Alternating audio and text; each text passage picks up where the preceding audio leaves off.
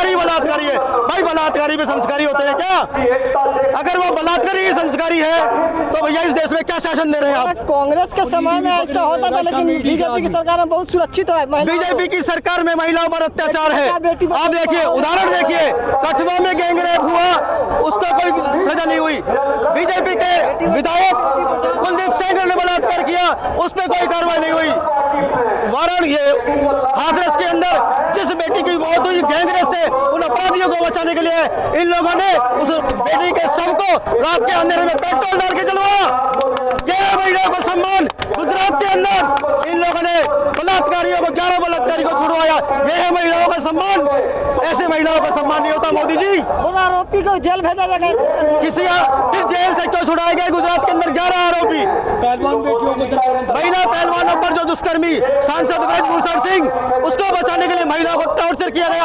आखिर उन बेचारियों को अपना आंदोलन वापस लेना। वहां आपने कह दिया कि ये तो जाटों का आंदोलन है, वो महिलाओं का आंदोलन था, बेटियों का आंदोलन था, कोई जाटों का आंदोलन नहीं था। बेटी सबकी एक है। बीजेपी के प्रवक्ता मोदी जी की तरह झूठे हैं और ये लोग केवल झूठ बोलते हैं, झूठ के अलावा कुछ नहीं बोलते। देश में मंदिर और मस्जिद की बात करते हैं, देश में विकास की बात क्यों नहीं करते? आम आदमी की बात क्यों करते? दलितों पर अत्याचार हो रहा है, उसको रोकने का काम क्यों नहीं करते? महिलाओं पर अत्याचार हो रहा है, उसको रोकने का काम नहीं करते। लाना चाहिए लोकसभा में 2024 सरकार 2024 के अंदर निश्चित तौर पे इंडिया गठबंधन की सरकार बनेगी। इसे रोक पाना इनके बस की नहीं है। क्या मांगे रहेगी आपकी इंडिया से? महिलाओं पर अत्याचार बंद हो, दलितों पर अत्याचार बंद हो, सामाजिक जनगणना करवाई जाए, ओबीसी की पिछड़ों की जनगणना करवाई जाए, ठेका प्रथा बंद हो, ये होना चाहिए। आप क्या नाम हुआ आपका? कहाँ से रहने वाले हैं? जम्मू कश्मीर को। जम्मू कश्मीर में हमारा बहुत फायदा है 370 हटने से। देखो, जब से 370 दफा जो हटाई गई है, पहले तो ये वहाँ पर प्रचार प्रसार किया गया था कि SC ST OBC को बहुत बड़ा फायदा होगा, जो उनको अधिकार नहीं मिले हैं वो मिलेंगे। लेकिन मैं आज पूरे देश को आपके माध्यम से बताना चाहूँगा कि वो झूठ था। SC ST OBC को कोई भी इन्होंने बेनिफिट नहीं दिया, उल्टा कई उनके अधिकारों को करटेल किया गया है, खत्म किया गया है, जहाँ खत्म करने के कगार पर लाया गया है। बेरोजगारी चरम सीमा पर है। आपसी भाईचारे में बहुत बड़ी दरारें जो है वो पैदा की जा रही है। तो इस तरह से लोगों का जो है वो रहन सहन पहले से डाउन हुआ, ना कि अप हुआ। महंगाई जिस तरह से पूरे देश में है, उसी तरह से वहाँ पर भी है। आज हम यहाँ पर संविधान को बचाने की लड़ाई जो है लड़ने के लिए आए हुए हैं, और अगर संविधान के साथ छेड़छाड़ की जाए की गई अगर, तो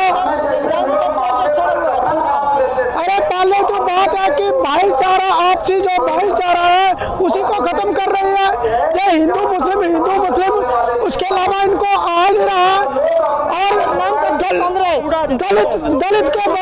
दलित वर्ग पर इतना अत्याचार होता क्या इस सरकार ने कभी उसके ऊपर डिस्कशन किया? नहीं किया। तो पहले अगर इनको हिंदू मुस्लिम करना है, पहले वो दलितों के ऊपर सोच विचार करें कि उनके ऊपर आज भी कितना अत्याचार होता है और हो रहा है। मैं RK Kalsotra, state president all India confederation of SC ST OBC organization JNK। ये जो उदित राज जी ने आज का आयोजन रखा है, सेव कॉन्स्टिट्यूशन क्यों जरूरी है, ये सिर्फ SC ST OBC के लिए ही नहीं, बल्कि इस देश के जो मिनॉरिटीज़ हैं, सिख हैं, मुस्लिम हैं, क्रिश्चियन हैं, उनके लिए भी नहीं, ये जो अपर कास्ट लिखने वाले लोग हैं उनके लिए भी ज़रूरी है। आज पता चल रहा है कि जो प्राइवेट सेक्टर आया है, इसमें ना कि SC ST OBC और माइनॉरिटीज़ को नुकसान हुआ है, बल्कि जनरल कैटेगरी के लोगों को भी नुकसान हुआ है। मैं आपको एक उदाहरण देता हूं। अभी कुछ दिन पहले राजस्थान की इलेक्शन कैंपेनिंग करते हुए भारतीय जनता पार्टी के एक एमएलए ने यूपी के चीफ मिनिस्टर ताली बजाते हुए देखे गए जब उन्होंने कहा कि मस्जिद को और गुरुद्वारों को वो मसूद कर देना चाहते हैं। वो इस तरह की एक आइडियोलॉजी लेकर आ रहे हैं जो मनुस्मृति है, जिसे बाबा साहब भीमराव अम्बेडकर ने जला दिया था। लिहाजा समझने वालों के लिए इशारा काफ़ी होता है। अगर 2024 में ये गवर्नमेंट रिवाइव कर गई तो भारतीय संविधान का खत्म होना निश्चित है। इसीलिए डॉक्टर उदित राज जी ने ये आह्वान किया है। इससे पहले भी ये आह्वान हुआ था, अटल बिहारी वाजपेयी ने किया था, और बुद्धिजीवियों ने और कॉन्फेडरेशन ने, जो बाबा साहब भीमराव अंबेडकर के कोटेशन पर चलती है, एजुकेट, ऑर्गेनाइज, एजिटेट, इसी मैदान से उसने आह्वान किया था कि जे अटल बिहारी वाजपेयी अगर आ गया तो जे BN चलैया का लिखा हुआ नया संविधान बाबा साहब के संविधान को चेंज कर देगा। लिहाजा ऐसी गवर्नमेंट को सोचो आना चाहिए या चेंज करना, और वो सरकार अटल बिहारी वाजपेयी की चली गई। आज इस मैदान से हम मोदी साहब को भी ये कहना चाहते हैं, भारतीय जनता पार्टी को भी कहना चाहते हैं, 1949 को 12 दिसंबर को इसी रामलीला मैदान में कॉन्स्टिट्यूशन ऑफ इंडिया को जलाया गया था। बाबा साहब भीमराव अंबेडकर का जो पोर्ट्रेट था उसको जलाया गया था।